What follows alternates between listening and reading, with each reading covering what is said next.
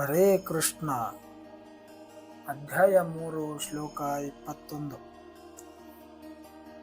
ಯಾವುದನ್ನೆಲ್ಲ ಮಾಡುತ್ತಾನೋ ಗೌರವ ಅರ್ಹ ನಾಯಕನು ಅದನ್ನೇ ಖಂಡಿತವಾಗಿಯೂ ಜನಸಾಮಾನ್ಯರ ವೈಯಕ್ತಿಕ. ಅವನು ಯಾವುದನ್ನು ನಿರ್ದೇಶನವೆಂದು ಆಚರಿಸುತ್ತಾನೋ ಜಗತ್ತೆಲ್ಲವೂ ಅದನ್ನು ಹೆಜ್ಜೆಗಳಲ್ಲಿ ಅನುಸರಿಸುತ್ತದೆ. ಅನುವಾದ: ಶ್ರೇಷ್ಠನಾದವನು ಹೇಗೆ ನಡೆದರೆ ಹಾಗೆ ಜನಸಾಮಾನ್ಯ ಜನರು ಅನುಸರಿಸುತ್ತಾರೆ. ಮೇಲ್ಪಂಕ್ತಿಯಾದ ತನ್ನ ಕಾರ್ಯಗಳಿಂದ ಆತನು ಯಾವುದೇ ಪ್ರಮಾಣವನ್ನಾಗಿ ಮಾಡುತ್ತಾನೋ ಅದನ್ನೇ ಲೋಕವು ಅನುಸರಿಸುತ್ತದೆ. ಭಾವಾರ್ಥ: ಸ್ವಂತ ಆಚರಣೆಯಿಂದ ಜನರಿಗೆ ಶಿಕ್ಷಣ ಕೊಡುವ ನಾಯಕನು ಯಾವಾಗಲೂ ಜನರಿಗೆ ಬೇಕು. ತಾನೇ ಧೂಮಪಾನ ಮಾಡುವ ನಾಯಕರನ್ನು ಜನರಿಗೆ ಧೂಮಪಾನವನ್ನು ಬಿಡುವುದನ್ನು ಕಲಿಸಲಾರ.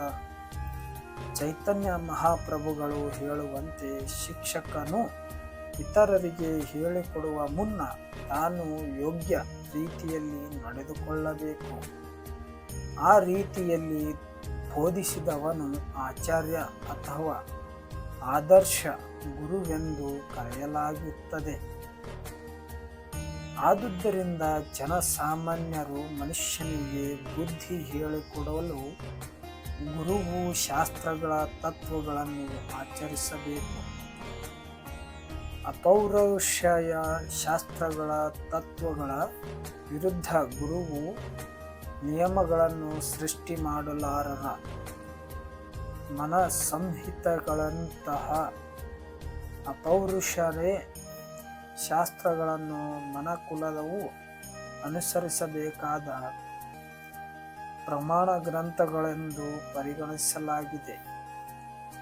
ಆದುದರಿಂದ ನಾಯಕನ ಬೋಧನೆಗಳಿಗೆ ಇಂತಹ ಪ್ರಮಾಣ ಶಾಸ್ತ್ರಗಳು ಆಧಾರವಾಗಿರಬೇಕು.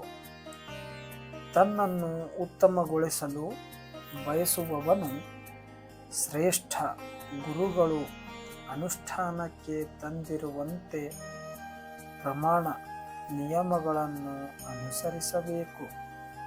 ಶ್ರೀಮದ್ ಭಗವದ್ಗೀತಾವು ಸಹ ನಾವು ಶ್ರೇಷ್ಠ ಭಕ್ತರ ಹೆಜ್ಜೆಯಲ್ಲಿಯೇ ನಡೆಯಬೇಕು. ಆಧ್ಯಾತ್ಮಿಕ ಸಾಕ್ಷಾತ್ಕಾರದ ದಾರಿಯಲ್ಲಿ ಮುನ್ನಡೆಯಲು ವಿಧಾನ ಅದೇ ಎಂದು ಹೇಳುತ್ತದೆ. ಅರಸರ ಅಥವಾ ರಾಜ್ಯರ ಆಡಳಿತದ ಮುಖ್ಯಸ್ಥ, ತಂದೆ, ಶಾಲೆಯ ಉಪಾಧ್ಯಾಯ ಇವರೆಲ್ಲರನ್ನು ಮುಗ್ಧ ಜನಸಾಮಾನ್ಯರ ಸಹಜ ನಾಯಕರೆಂದು ಪರಿಗಣಿಸಲಾಗುತ್ತದೆ. ಇಂತಹ ಎಲ್ಲ ಸಹಜ ನಾಯಕರಿಗೂ ತಮ್ಮ ಆಶ್ರಿತರ ವಿಷಯದಲ್ಲಿ ದೊಡ್ಡ ಹೊಣೆಯಾಗಿರುತ್ತದೆ. ಆದುದರಿಂದ ಅವರಿಗೆ ನೈತಿಕ ಮತ್ತು ಆಧ್ಯಾತ್ಮಿಕ ಸಂಹಿತೆಗಳ ಪ್ರಮಾಣ ಗ್ರಂಥಗಳ ಪರಿಚಯವು ಚೆನ್ನಾಗಿರಬೇಕೆಂದು ಈ ಶ್ಲೋಕದಲ್ಲಿ ವರ್ಣಿಸಲಾಗುತ್ತದೆ.